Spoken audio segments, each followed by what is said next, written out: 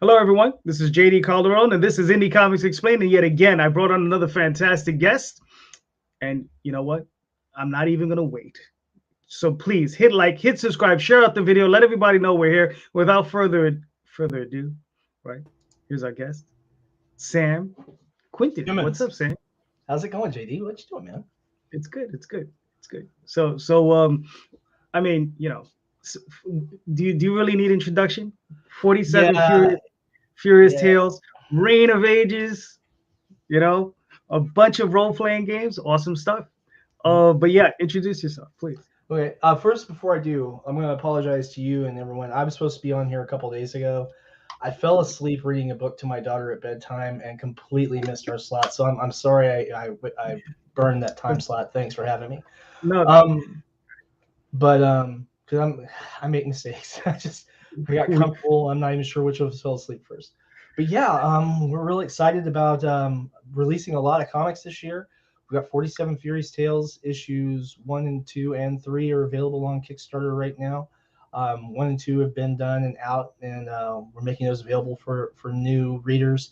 And then issue 3, Alexia, should be done here in a couple of weeks, about the mid part of April, and we'll be printing and shipping as soon as they come in from the printer, which will be probably the third week, maybe into the fourth week of April, to get stuff out to our backers really fast, just like we did with Reign of Ages.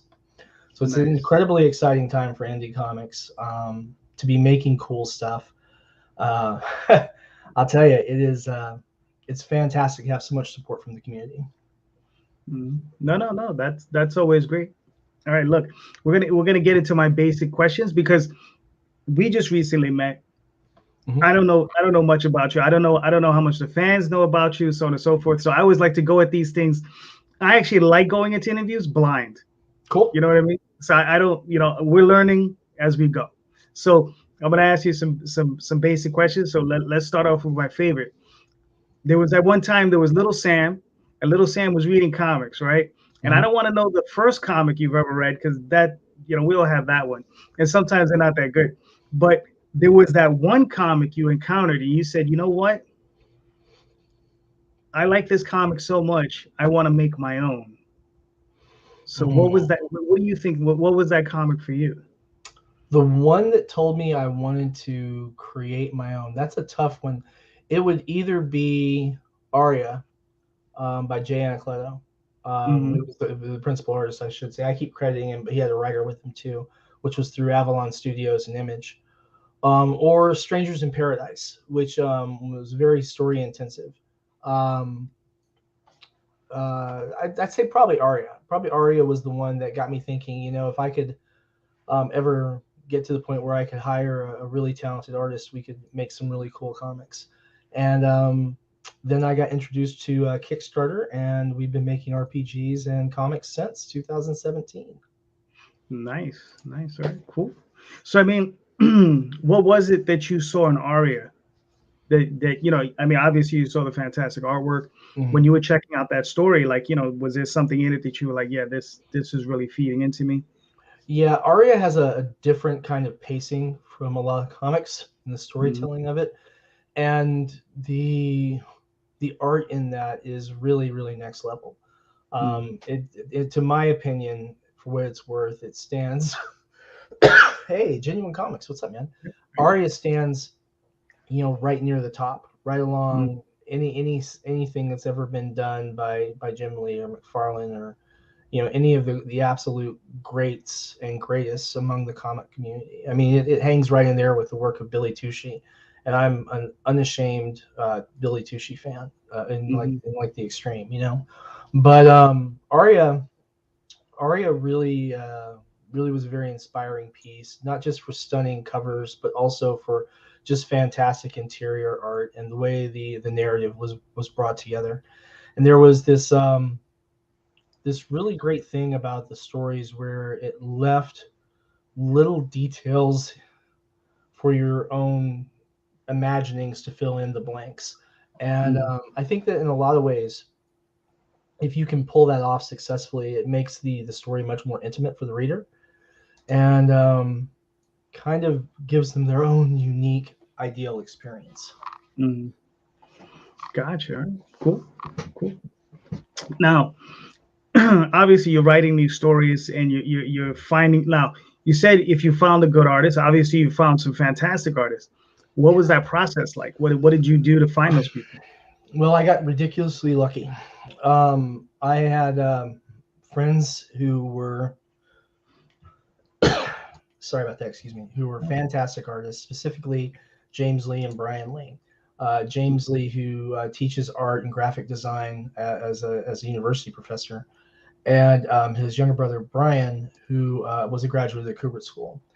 And when I said to James, "Hey, I want to get into making RPGs and eventually comics once we can, get the money there," he said, "You really should talk to Brian because he just graduated." And so I talked to Brian a little bit, and we talked about Kickstarter and a few other things. And then we got to working on the first project when I didn't really know what I was doing, and fumbled through that with Brian and a few other very remarkably talented artists, and got that first adventure book done, and then worked on refining processes. And Brian introduced me to several friends of his who were Kubert School graduates, including Alexia Veldhausen, who's the principal Tales, as well as its editor. And then also Nick Capone, who's my co-creator with Reign of Ages. Zach Viola, who is my co-creator on The Steel Road, which is one of our best-selling RPG books. And then also Christian Oh My God Martinez, who's just an absolutely stunningly incredible artist, who I hired to illustrate Whispers of Persephone, which is my highest-selling RPG book to date, even though it's Nice. banned in one country. So, What country is it banned in? the United Arab Emirates. Why? I think for sorcery. Oh, all right. All of my books will be banned. Damn it. Yeah, my what happened was I have one bagger in the UAE who generally backs my role playing game stuff, and he messaged me. He said they banned the book. I had to pay $1,000 to get it out of customs. I was like, oh my god. He's like, eh. I'm like, eh. Yeah. What's for paying $1,000 to get a $29 RPG book out, right? Right. But, well, if he has it like that, God bless, right? Yeah, I know, right? But whoa. That's how I found out the book was banned. So that's funny. All right. Well, I mean, it's obvious. Yeah, that's weird, but that's cool. If I ever go to the UAE, I'm not taking any copies of that with me. Right. Yeah. So like, no books at all. Right. I might take some kids comics or something, but that's about exactly. Yeah, that's weird, but that's cool though. So, working with your artists now, you're writing. So, are you writing full scripts? Are you writing like Marvel style? How are you handling that situation? Are you doing like page 1, panel 1, 3/4 worm's eye, that sort of thing? I mean, how are you working it? Basically, I write in page 1, panel 1, description of background character interactions, and then the narrative text, right? And then any narrator box text. So there's a lot of guidance there, but even though that sounds like it's very, very detailing, it's really not, because it really leaves a lot for the interpretation of the artists. And so you'll see, like for example, in 47 Furies Tales issue 1, there's this iconic panel where Alexia illustrated the graves of the or it's 2-page spread actually, but illustrated the graves of the 47. And she actually went and pulled the reference photos that we took and tried to copy the lettering on the tombs, right? Which is way above and beyond. And we know it's not right. We know it's incorrect, but she did the best job that she could to copy that from the images that were available. And so it added that really interesting little detail on it that I thought was kind of cool. And then also like in one where Yahe runs a Yari spear through one of the Grey Wolf bandits, and there's this splattering of blood, which we worked actually on a lot because there was a lot of questions as to how that would look, because the Yari is a chisel tipped weapon, and so we talked about that a lot on how that needed to be represented, and which is a weird detail, but hey, that's what happens when you stab someone in the chest with a spear.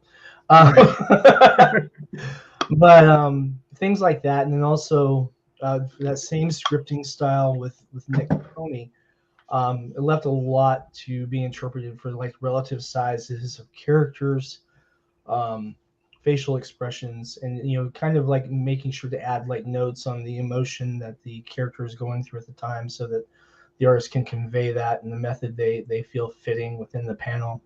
It makes for a very, very rewarding type of collaboration. Mm. Oh, that's cool. So are you a excuse me? Are you a pantser or a plotter? I don't know what that means. Okay, so there's two schools of thoughts in some forms of writing, right? Okay. So you have a pantser. That means you just run at your desk and you just sit down and you just start banging on the keys, right? And then you have a plotter, and then you're sitting down and you're kind of more like, it's more structured. So you like Right. that guy looking for the serial killer. So you got the string, I gotcha. you got the little post-it notes. Yeah, I write from outline for comics. Mhm. I write from outline, and pretty much the same thing also with most of my RPG stuff. Mhm. The one that's kind of a free form product is the Snopa Omnibus books, Right. which are little short stories along with fully illustrated characters and stats and game master tips for that character, things like that. But the short stories in those are just basically written freely. So it's Mhm. it makes for a fun time. Now the exception to that is Snopa Omnibus Volume 3, which is the first one that takes all 6 entries and makes one extended narrative, and that kind of has a loose outline to it, but it just says we're covering this portion of it, this and this need to be covered, and then the rest of it is filled in the blank as free form. So it's been pretty rewarding. That book is really, really late, but it wasn't a Kickstarter project. It's actually going to my Patreons, and I've been refunding my patrons for like 2 years now. Just because I want to make sure that they get everything. And we've been, since COVID hit, we've been running. We got behind when COVID's hit and kicked off, and we haven't quite caught up yet. So, Gotcha. we will. Okay. We'll get there. Mm-hmm. So you run a bunch of campaigns, right? And so you ran like 17 campaigns a day. I've run a bunch, and we come across our things. So let me ask you this: what is your great what is the thing that you most look forward to in running a campaign? Fulfillment. Okay. I really do. I like the fulfillment part. I handle fulfillment personally, which is possible because I've never had anything that had like 1,000 backers or anything. Once that happens, then I'll have to bring in some help. But being able to personally handle everyone's backer rewards, make sure that they're in good shape, get them out there. That way, if any mistake happens, I know it's on me. And just being able to see these comics and these books and maps and all the other products that we've done get packaged up and shipped out to their new homes, and knowing they're going to get a lot of use. That's very rewarding. I mean, there's a lot of enjoyment had in the campaigns themselves as well, but I really, really look forward to fulfillment. Gotcha. Now the flip side of that coin, what's the thing that you most I don't want to say dread. What's the thing that you find that you put off to the end? You're like, okay, I can wait. That one can wait a few more minutes. I'll get back to that. The thing I put off, which is I put off longer than I should. So I hope Madeline doesn't score me too hardly on this, is putting out my press releases. Now I was really good about getting that out in time for Reign of Ages, and I completely missed my release time frame for my press releases on this campaign. I actually didn't get them out until the week of the launch, and of course the big news was Brandon Sanderson on Kickstarter. So that actually helped a lot with some of the local outlets. A lot of people were talking about Kickstarter. Kickstarter was in the news a lot. So I mean, it was nice to have that and to be able to say, hey, we've got local people on Kickstarter too. And actually, there was a lot of local folks on Kickstarter. We had, I think, 3 RPG campaigns from folks in Kentucky, and I know of at least, counting 47, we had 3 total comic book campaigns that were running between a gentleman in Louisville, myself here in Frankfurt, and a gentleman in Bowling Green. Nice. Okay. So, cool. I know a couple of people in Kentucky. Nice guys. Sometimes. No. Sometimes. I don't know if you. No. They're actually really nice all the time. So. Okay. Yeah. I just like to break their chops. They're at some show today too.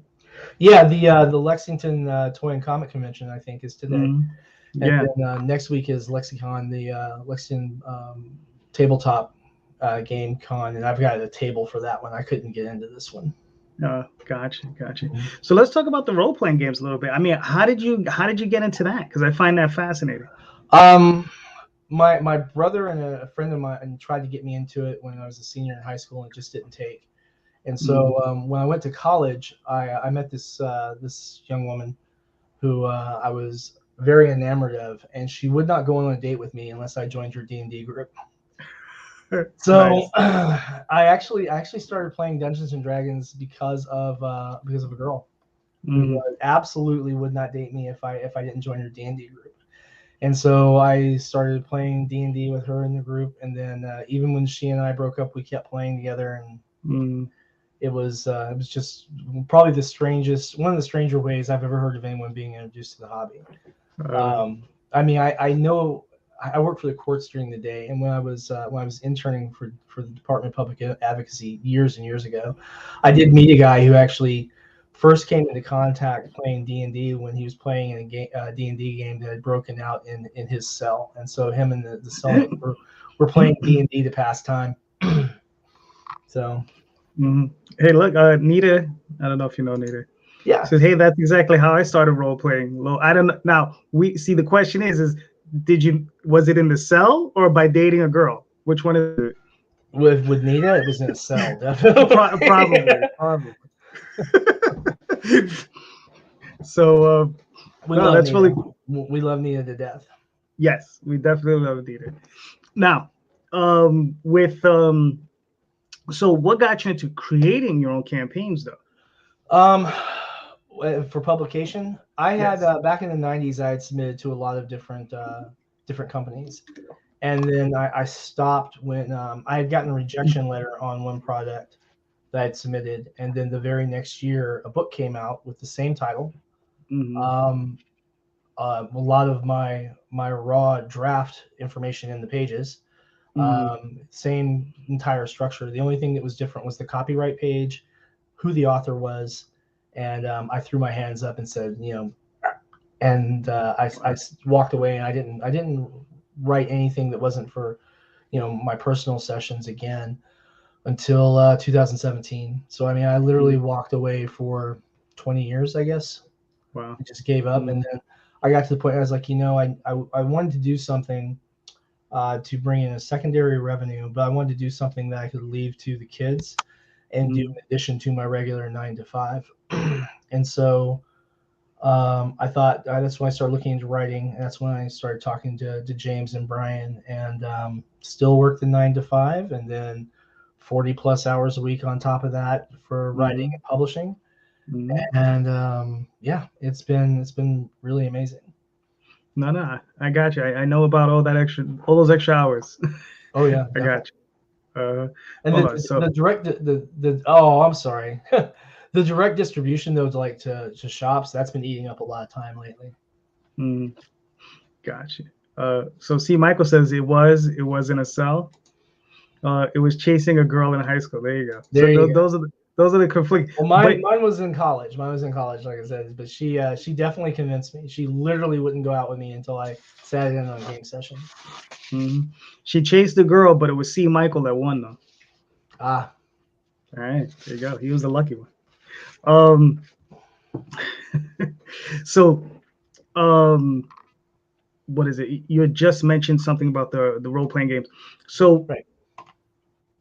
I mean, you yourself. So you see, you're a game master, and you've been doing it for how long? You said about 20 years now for game mastering? No, longer than that. I started playing when I started playing in college was 1989.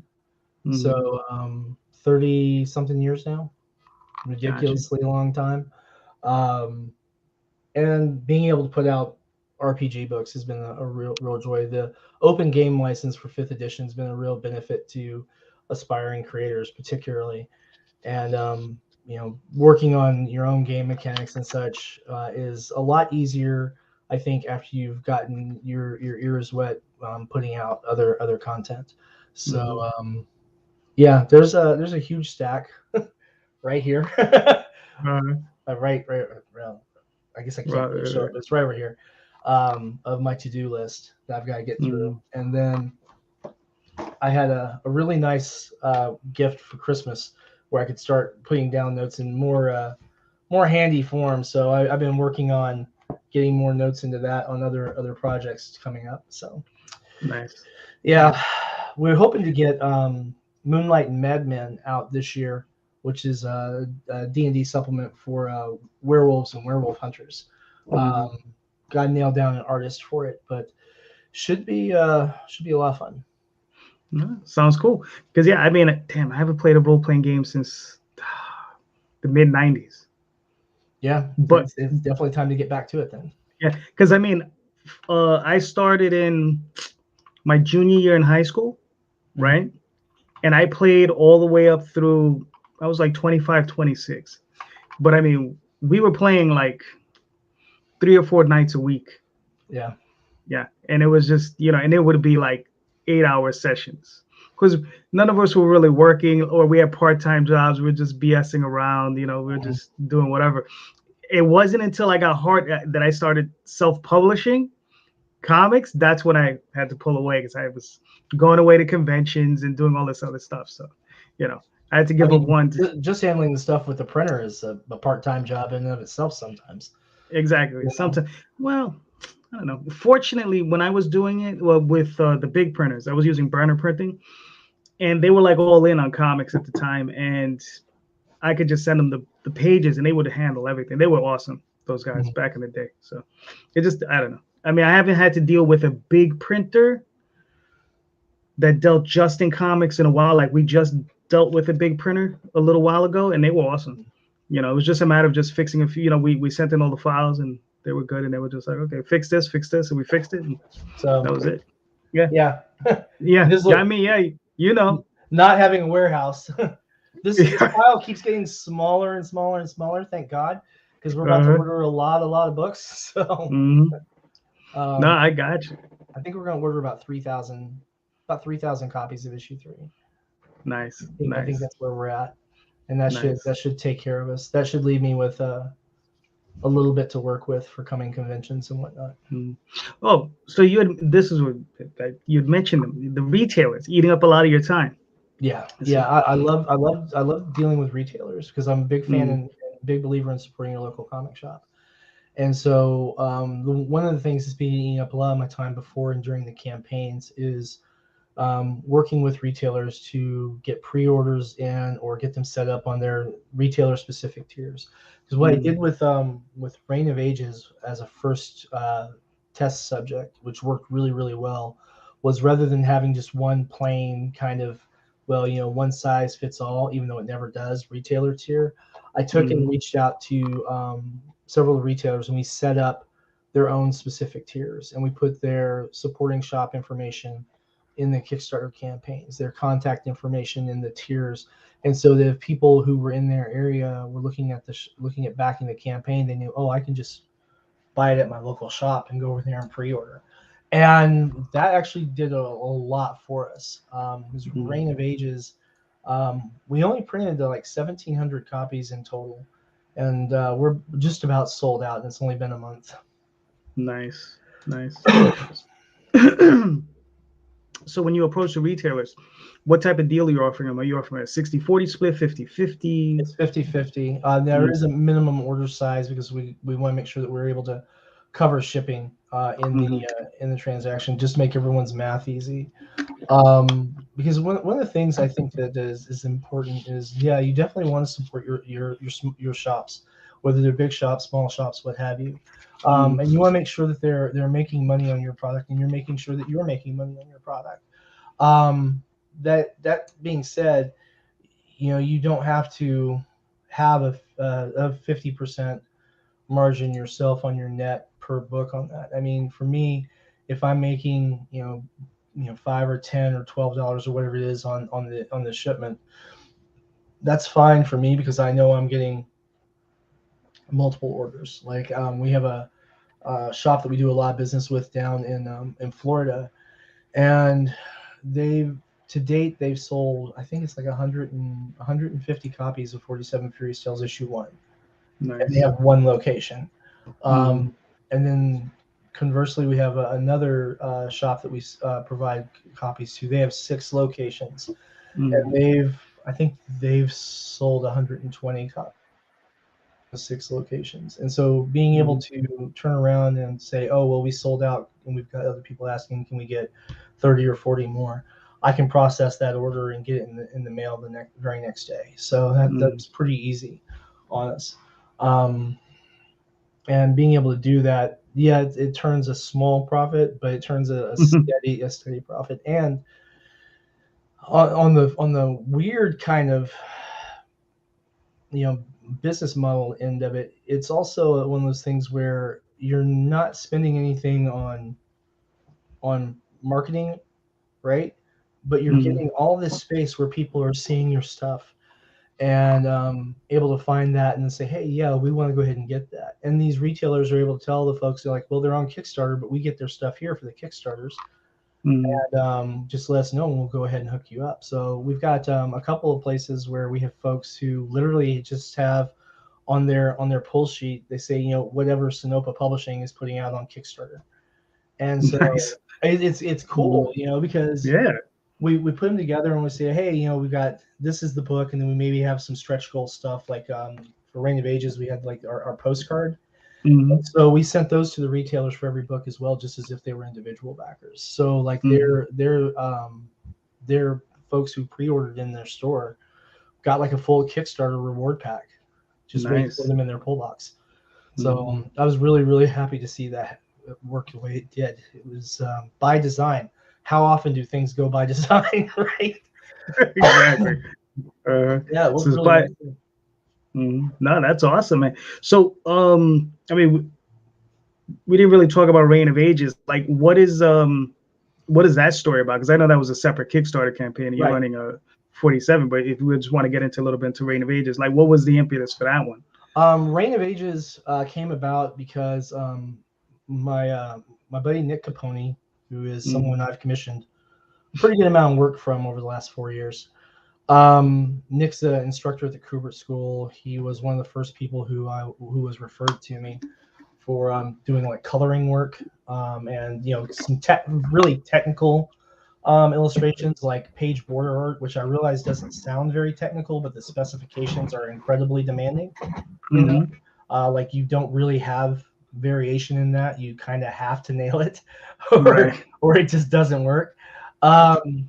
And Nick has been creating web comics and a few other things, but he wanted to do something that got it in print and got it on stores. And he's like, hey man, I'd like to do something with like a kind of a bad girl comic thing, like Lady Death or Red Sonja or something like that, and just put to something kind of neat. And I said, well, let me. I said, sure, we can do that. Let me put some ideas together and we'll see what we like.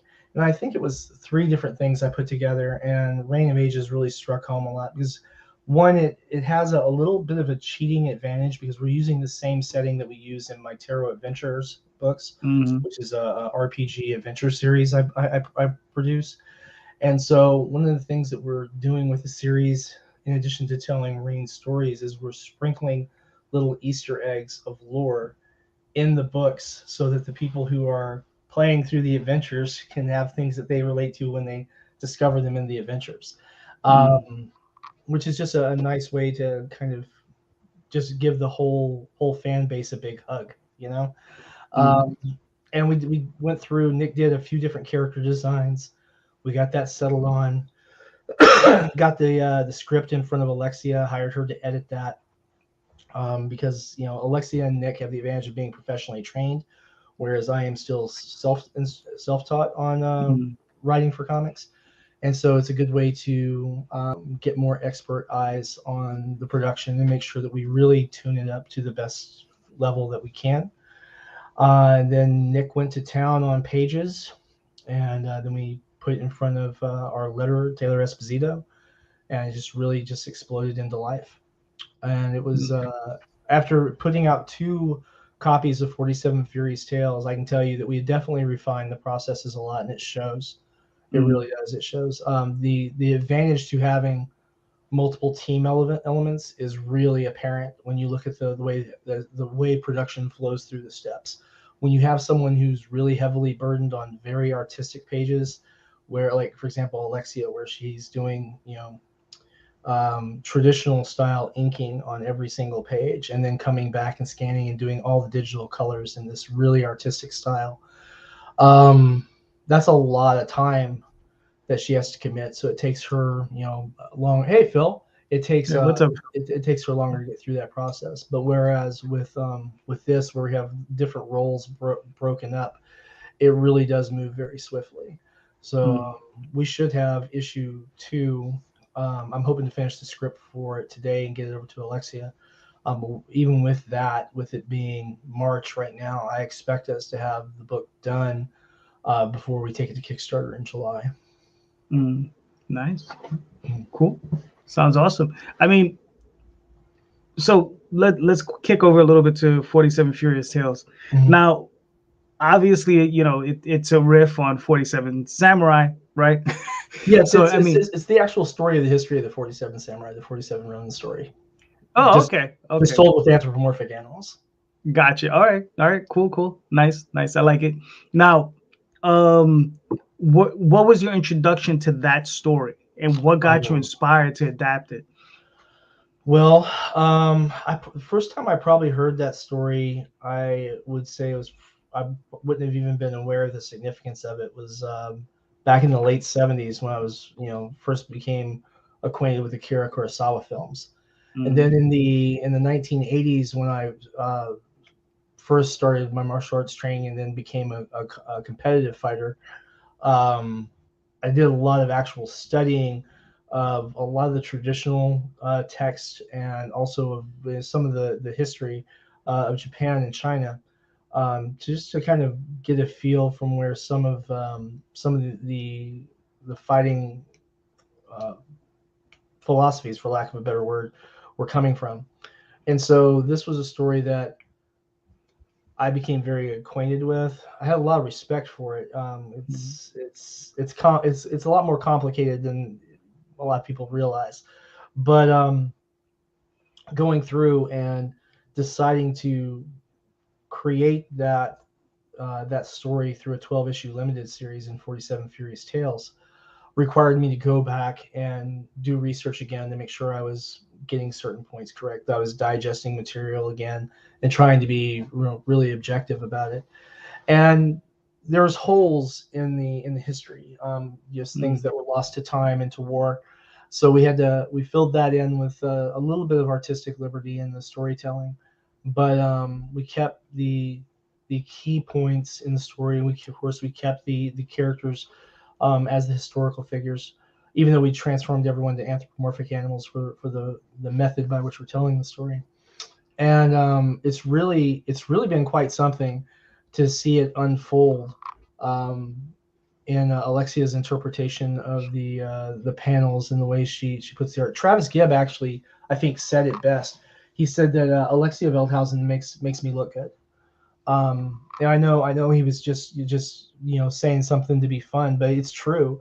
Alexia really does make me look good with regard to this story, because her art style for this is really exactly what I was looking for, with elements of it that harken back to the old wood print block art of the time, and just the way that she's able to throw in such vivid colors without allowing things to become cartoony. Everything has this kind of gritty feel to the images that I really like. So we get to have this fierce samurai story without making any huge stretches to get people into immersion. Really, the idea is just to grab a hold of you and hold on to your eyeballs and grab your attention and get all the way through the book before we let go. And she's been really remarkable about accomplishing that. Nice. Now, you already answered one of my questions. You said it was going to be a 12-issue limited series? Yes, 47 Furious Tales is a 12-issue limited series, whereas Reign of Ages is an ongoing series. And then we've got other books coming as well. So it's going to be some busy times for comics. Right. Well, no, and listen, like I said, it's a good thing. It's a good problem to have. Oh yeah, definitely. You know. So with your all right, obviously you've done a lot of research on it. Um, what have you found like? What have you found to be like where's the place you've gone to to do the most research? Like, is there a specific book that you're probably looking at, encyclopedia you're working online? Mhm. What do you like? What where are you digging? There were actually a lot of books on this topic, Mm-hmm. as you can imagine. Many of them, I shouldn't say most, because there's far too many for anyone to say they've read most. But I've read many of them even before we started this project or envisioned this project. When I went back to refresh my memory on it, I went and grabbed a lot of information from texts that were looking at the original theatrical presentations that were being done of this in the latter part of the 18th century, about 70 years or so after the events actually took place, where people were seeing this and going, "Oh wow, that's an incredible story." And a lot of times, the Europeans who were interacting with that didn't even realize that it was literally something that occurred. And so you look back and you'll see some of these notes in history books where, particularly among like the Dutch traders, where they would like, oh, that's pretty neat. And then they'd find out, oh, well, there's a shrine over here where all these people are buried. And they're like, wait a minute, this actually happened. Like, Right. yeah. And so Uh, it actually, the one thing about the Aiko incident, the story of the 47 Ronin, I think really, really affected particularly the Western viewpoint on samurai culture. Is it really cast a bright light on the fierceness of the devotion and loyalty that samurai were expected to have for their superiors. And you know, maybe it's a best case example, maybe it's a worst case example. It really depends on who you ask, mhm. but it's certainly poignant. And with that, it left a lasting impression on everyone's opinion of the samurai cast, I think, for hundreds of years. Mhm. No, this is true. It's a great story. Now, why anthropomorphics? Why that? Well, I was sitting at my desk contemplating what I was going to do for my first comic.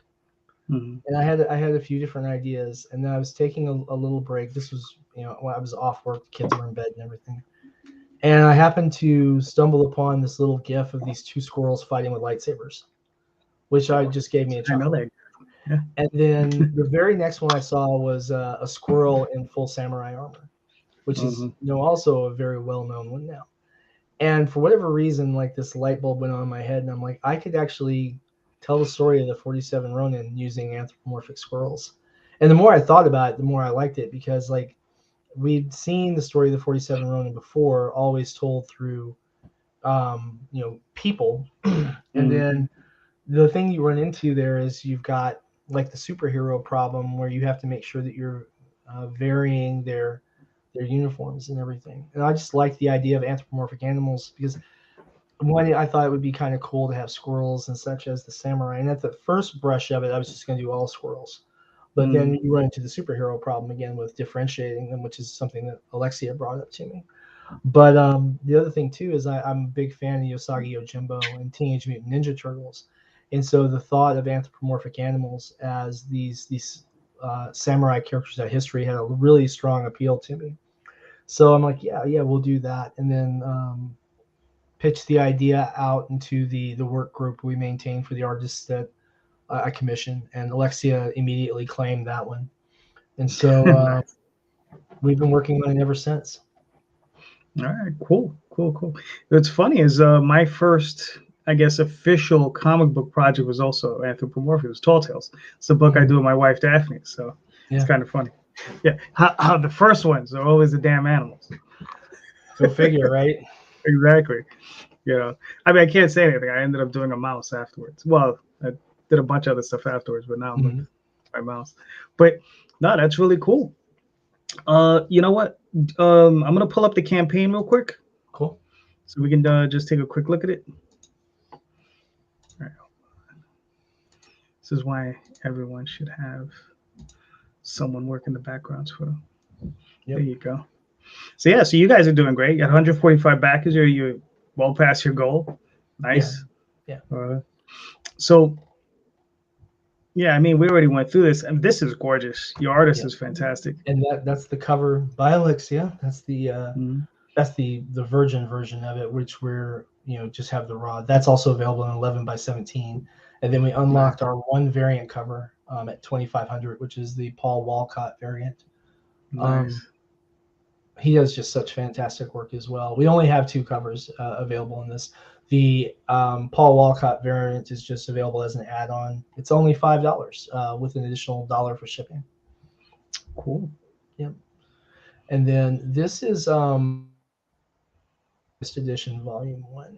And what this is we are collecting all of the hand-inked unlettered art pages from issues 1, 2, and 3, as well as character design pages, and we put them into one book. I believe our page counts at 92, if I'm not very much mistaken. And that's available digital and in print. Nice. And here's one of the color pages from issue 3, where we have one of our villagers. She's running away from a couple of the Grey Wolf bandits who are raiding into Aiko at this point in time. And then the Grey Wolf bandit himself, leering over some of the captives that they've taken already. Mm. Nice. And some of the black and white pages from the book.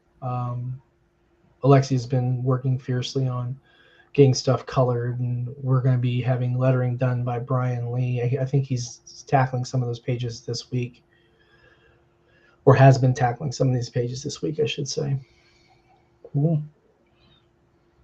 So you got a digital rewards? Yeah, for issue 3, for those folks who have the digital only for issues 1 and 2, and then a catch-up tier for digital, getting issues 1, 2, and 3 just for $6. Nice. And then the digital deluxe tier. This is really remarkable, I think. We get not only issues 1 through 3, but also the digital of the artist edition for only $10. So you're looking at over 150 pages worth of content for $10. That's awesome. And then all of our tiers include shipping within the United States and the territories. So if you're in Puerto Rico, Guam, the U.S. Virgin Islands, what have you, what you see is what you get. International shipping is appended in the pledge manager. We've got backers from Israel, the EU, Australia, and I don't remember where else right now, but we're shipping. Oh, in Canada, we're shipping internationally everywhere, except right now we can't ship to Russia or to the Ukraine. Gotcha. Well, yeah, those guys have their own problems, unfortunately. Yes. And then catch-up tier in print, which comes with the digitals, as you see. Mm-hmm. So you get issues 1, 2, and 3 with the Alexia Veldhausen covers. Excuse me. And print cover of the artist edition and print copy of issue 3 for those folks who are just catching up with the who had print copies before and just catching up. And then we have a real bargain deal, which is the Veldhausen Fury one. And this is all 3 issues with the Veldhausen cover, and then also the artist edition in print plus the PDFs.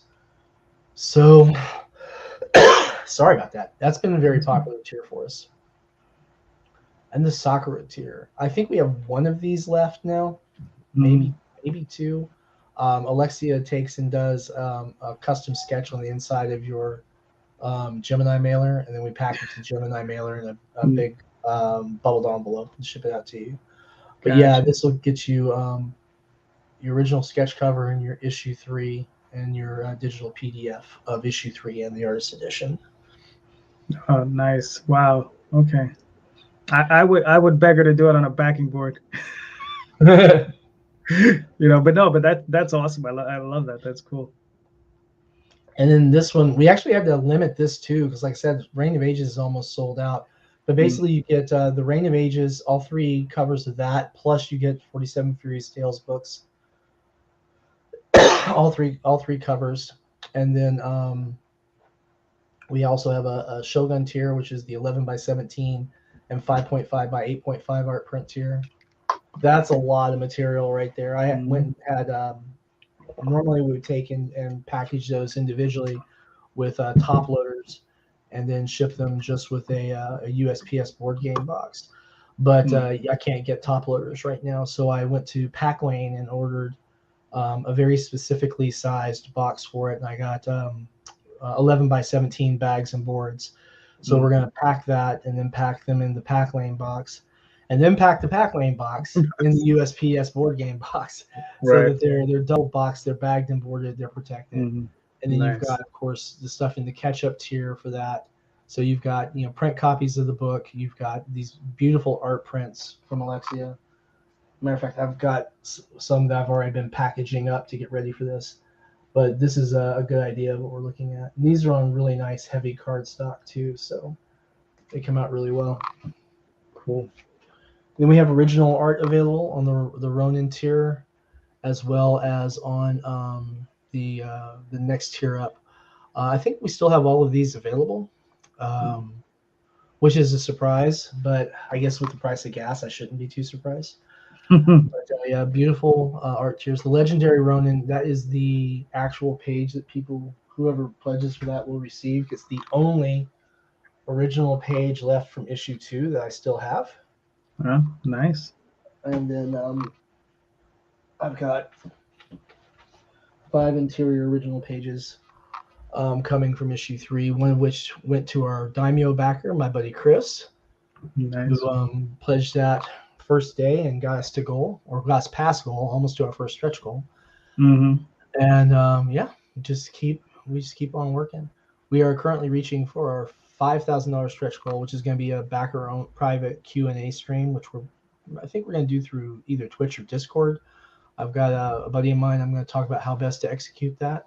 And then if we can get to 8,000 by the end of the campaign, we'll be able to fly Alexia down to Kentucky so that we can get her signatures on these books as well. Nice. She's in New Jersey, whereas I'm in Kentucky. So, gotcha. Well, you guys can always do what we did one time. We drove to Kentucky. I'm in New York City, so. Yeah, I usually do drive up there, but it's 1,500 miles. No, I know. It was a long trip. It was 12 hours. Yeah. It was a long trip. It's 12 hours one way, so I'm like, we'd have to have like 2 days to sign stuff and 2 days to travel. Right. And there's just not that many days left in the span to get everything fulfilled. So having her come down and then sign it is fine. But I wouldn't want to stick her on a bus for 2 days, so we're going to fly her down. No, I got you. No, I had a crazy friend. He was like, "You want to go to Kentucky?" I was like, sure. It was for a convention. It was just like, it was for a comic book convention a few years back. And I was just like, okay. So went to Kentucky. And we are planning on adding another art print at $10,000, which we're about $5,000 away from right now. But that's going to be done by Warren Brown with color by Phil Leon. And then we have an ultra top secret $15,000 stretch goal, which I have not even told Alexia what that is. We will unlock it once we cross 10,000. And I have to stress, this is the total of this is actually calculated by what's on the Kickstarter. So the pre-orders from other stores aren't calculating towards that.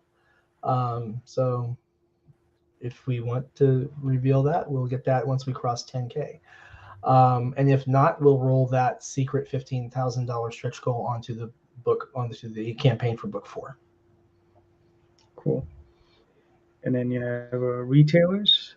Yep. Here's a couple of our retailers that we've got. We've got the box in Leesville and the collective in Altamonte Springs. And then we are adding also Henri Compton, who I got his tier up now, so we expect he'll probably be pledging here soon. He does a lot of he's an online retailer, and so we'll get his out there. And then we have, like I said, several other shops who didn't want to go directly through the Kickstarter. They wanted to put in the pre-orders instead outside of that. But like I said, that's well over 700 copies there so far. So yeah, no, that's really cool. And then here's you guys. Yep, me with shorter hair. Sir. Your artists. Alexia Veldhausen, yep. And Paul Walcott. And then Delia Gunderson. Delia did a one-page illustration that is in our interior on this. She's the first person ever to have anything other than Alexia Veldhausen art inside a 47 Furious Tales book. That will not be a very regular occurrence, but we had the opportunity to work with her on that. That piece is done. We've shared it out with our updates. It's really a very remarkable bit of work. Cool. And then this is your typical, right? typical company information stuff. Nice. Yeah. All right. Nice. Very nice. All right. Cool. Listen, man. Sounds awesome. Look, I backed the campaign. It looks great. So I advise everybody, go out and get yourself some copies. Definitely, guys. Come on out, because we're going to be fulfilling next month. Glenn, thank you, man. That's Alexia Veldhausen. She's absolutely fantastic. But yeah, come on out, pledge the campaign. We're, like I said, we're fulfilling next month. Alexia is expecting to be done around the 15th, 16th, somewhere around there, which should have like our last couple of lettering pages done by like the 17th from that. And we print in the United States and Canada through Mix'em, mostly in the U.S. It kind of just depends on what the best price point is on that. And so we usually have our books within a week, which is really incredible. Mix'em is awesome. Mix'em is, they're really, really incredible. And so we'll get book 3 in and get everything done.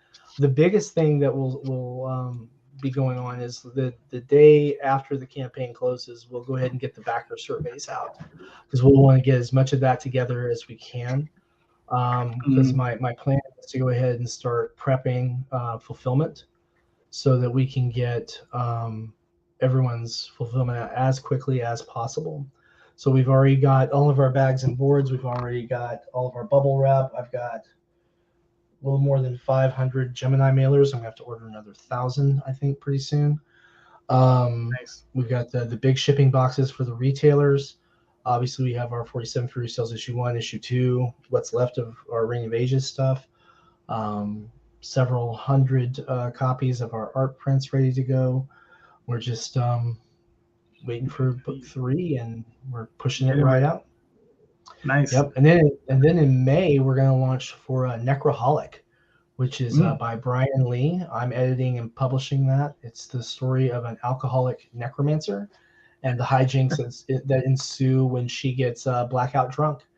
And we'll be doing that in May and shipping that in June. I'm hoping to actually get some proofs done next month so that we can not only get that, but we want to show it to our retailers and start giving them the opportunity to pre-order and put their backer reward tiers together so that they can show off that they're going to be carrying it on their shelves, which is just important. I mean, indie comics, if we're really going to, break out of, selling a couple hundred books and squeaking through conventions, we really need to be on store shelves, and comic shops, and also on in other places too.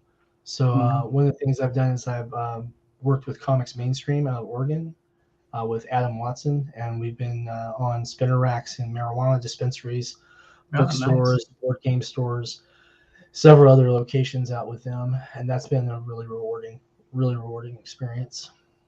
Cool. No, that's excellent. At least we all know marijuana shops, those people have money. And I've actually got another title I'm working on right now that is more of a psychedelic title, which is an interesting way to put it. I don't want to spoil too much on it, but it's going to W titles, not pornographic. Just there's a lot of nudity, and the first issue has a lot of nudity and dinosaurs in it, which is an interesting combination. Not at all historically accurate. But it does involve a lot of stuff with psychedelics, and kind of harkens back to some interesting comics you might have seen in the 1970s. I guess I'll put it at that. Yeah. Right. No, the undergrounds. Yeah. Yeah, I mean, I was a kid back then, but even still, you got a hold of some stuff every once in a while. It was really out there and really, really wild to read. I remember when I first got my first copy of the Fabulous Furry Freak Brothers, and I was like, "What the hell is Brothers, this?" the Freak Brothers, yep. And I was just like, "What? What? Okay." So Yep. yeah, that one was seared in my brain for a long time. All right, cool. Well, Sam, we've been at this for a minute. We're not at the end just yet, but we're getting there. We're real close. But before we get to the end, I got a bunch of goofy questions I'm gonna ask you. But Right before on. we get to that, please let everybody know where they can find you and your work, sir. You can find us on Kickstarter, of course. And then for our previously existing works, both our RPGs and our comics, you can get the digital on Drive Through Comics and Drive Through RPG. The comics are not available on print on demand through Drive Through Comics, just through as digital. Later this year, we will be making copies available on print on demand, but they will have their own unique print on demand cover, as I do not reprint covers. We want to make sure that we preserve the potential value for any of our collectors out there. So when we say, hey, we are going to print 1,000 of these, or we've printed 1,000 of those, that's the only number of those that will be put out. So, for example, good example of that, we actually did not print as many of the Reign of Ages main cover as I probably should have. I only printed 700 of these, and they are basically just about sold out. So Nice. should have printed 3,000. Should have printed 3,000. Right. Didn't, and now I'm gonna have to buy another cover. Lesson for the future, I right? know, right? Yeah. Print Oh, 3 or that's 5,000 and sell them. That's what you yeah. got to do. But listen, good problem to have, though. It's a good problem to have. Yeah, definitely. You know. All right, cool. Let's get on to some of these goofy questions, man. So, if you don't have to worry about budget, and if you had the choice of any artist, living or not dead, who would you want to get to do a cover for you? Jay Anacleto. Oh, okay. Nice. Okay. Jay Anacleto. Cool. Yeah. And I'd either have colors done by CC Delacruz or by Nick Capone. Okay. Yeah. All right. Cool. Well, that one's still in reach, so Yeah. I mean, we thankfully still have. Yeah. That's really expensive. Yes, very, very expensive. It's a solid 4-digit range. Yes. So. Yeah, I know. I've inquired in some of those areas, and it's just like, oh, I'll get back to you in the future. Yes, I mean he has an agent for a reason. Yes. Yeah. All right, cool. Now, Sam, if you were given the choice of working on any IP outside of your own, that you got the golden ticket, and they said, Sam, what do you want to work on? What would be the book you'd want to work on? Okay, so let me preface this by saying I have a couple of licensing proposals in the works right now. Gotcha. What I'm answering now does not necessarily reflect those licensings works. But for comics I would like to create for, if it was any IP at all, would be Shadowrun and Talislanta. So they're both role-playing game properties. I'd love to do Talislanta graphic novels, and I have spoken with the creator of Talislanta, Steve Seshi. We've discussed this a little bit. We don't have a licensing agreement in the works at all right now, I can tell you that. But I'm hoping that maybe one day we can work something out. Shadowrun, I'm a long-term fan of Shadowrun. I would love to create Shadowrun graphic novels and eventually floppy comics for Shadowrun. I think that was something that would be really fantastic. It's never had that type of product, and I think that getting that out in the market would be a huge success and a lot of fun to create. Cool. First Fabulous Freak Brothers and Fat Freddy's cat. Yep. Yeah. Don't forget Cherry. Don't forget Cherry. Yeah. Cherry was another one. This is true. All right, cool. So, all right, now I have some comparatives for you. Sure. All right. I will softball you. We'll work our way in. All right. Okay. Captain America or Batman? Captain America. Okay. Some of these will come wide, not all of them though. Godzilla or Gamera? Godzilla. Okay. Harry Potter or Narnia? Harry Potter. Okay. That's a tough one. Hmm. Bone or Cerebus? And I thought the last one was tough. Bone. Okay. Oh, why? Why Bone? Nostalgia. I read more Bone than I did Service. Fair enough. Fair enough. Doctor Strange or John Constantine?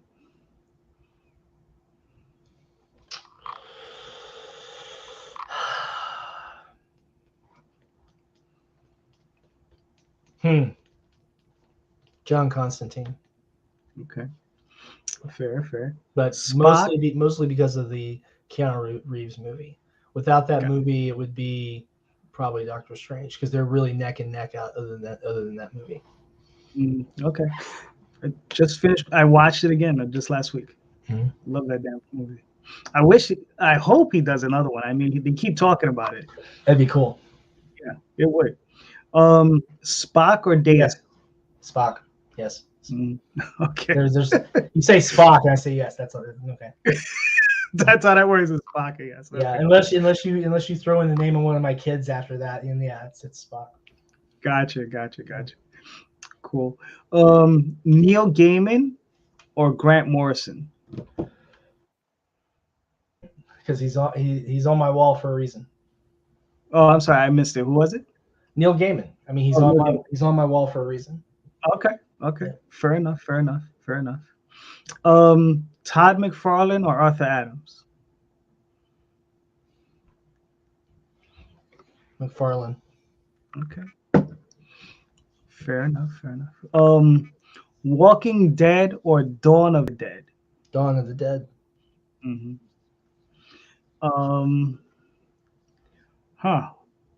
Hulk Hogan or Ric Flair? I've met both when I was a kid, so I'll say Hulk Hogan. Okay. Why? I mean, like I said, I was a kid. I was like 10, 11 years old, and Ric Flair, smelled like sweat and cocaine, and Hulk Hogan was just cool. So, okay, fair enough. I mean, listen, it's all good. I mean, you have to know. I mean, the Nature Boy smelled like cocaine, so there you go. Nice. Okay, fair enough. All right. It was the 80s. Half the people you saw smelled like cocaine, but True.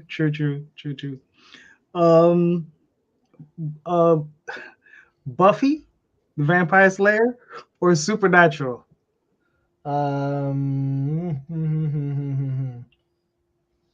Supernatural. Okay. All right, cool. We went through a few of these, so I'll ask a couple more. We'll wrap it up. Sure. Pinhead or Freddy Krueger? Freddy Krueger. Okay. Yeah. Lord of the Rings or Star Wars?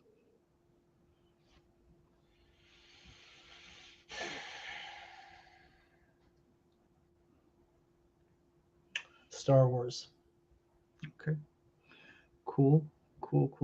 I'll ask you. The guy in me hates to say that, but the person who might watch a movie later has like Star Wars. All right, cool. All right, I'll ask you this last question, and then we'll wrap it up. Stan Lee or Jack Kirby? That's not fair, man. That's why that's always like the last question. Damn. I'm gonna say Stan Lee because his energy, the persona he projected, especially as he was more and more accessible when the internet came around, you saw him more and more. Especially like his appearances through movies like Chasing Amy and stuff like that. His energy and his passion for bringing people to comics was always really, really evident. And so, yeah, man, Stan Lee. All right, cool. Fair enough, man. It's all good. Sam, thank you very much. This was awesome. And listen, you never ever have to apologize for falling asleep while reading to your kid. Never. I appreciate that. I hate being late for anything. It's all good, man. No, it's all good. But please, one more time, let everybody know where they can find you and your work, sir. Sure thing. So Drive Through Comics, Drive Through RPG under Selfpublishing. We are live on Kickstarter with 47 Furious Tales issues 1 through 3. That's going to end in 4 days. So if you're watching this right now and haven't pledged yet, come on out and pledge. Get your books in April. I will be sending those out. And if you want some cool stuff, there's plenty of cool stuff there. You can, of course, also get copies of Reign of Ages there, too, if you missed the last Kickstarter. And then you can also find us on Instagram as Sinopa Publishing, Facebook on the Sinopa Publishing page, where you can follow me directly as William Samuel Quinton on Facebook, and then Twitter as Sinopa Publishing, Pinterest as Sinopa Publishing, and then Blogger as well, which is still running. If you, in case anyone didn't realize that, we are, go figure, Sinopa Publishing. So pretty easy to find us. And you'll also see us hanging out with people like Max DeVille, Larry Patrick Higgins. You'll see us hanging out with Adam Watson, and then also with everyone else who will have us. Huge fans of Madeline Holly Rawson, Mike Shea, Billy, my God, Tucci, God love him, Amanda Connor, and of course her astounding husband, and Jimmy Palmiotti, for those of you who don't know. And also huge fans of Neil Gaiman. Such fantastic creative minds out there. You just gotta love them. All right, cool. So thank you everybody for coming on. Please go check out 47 Furious Tales. Awesome book. Like I said, I backed it myself. I'm looking forward to getting my copies. And Sam, like I said, it was fantastic to have you. Thank you so much, guys. I will see you soon. Take care. Have a great day. Bye. Thanks for having me. Anytime.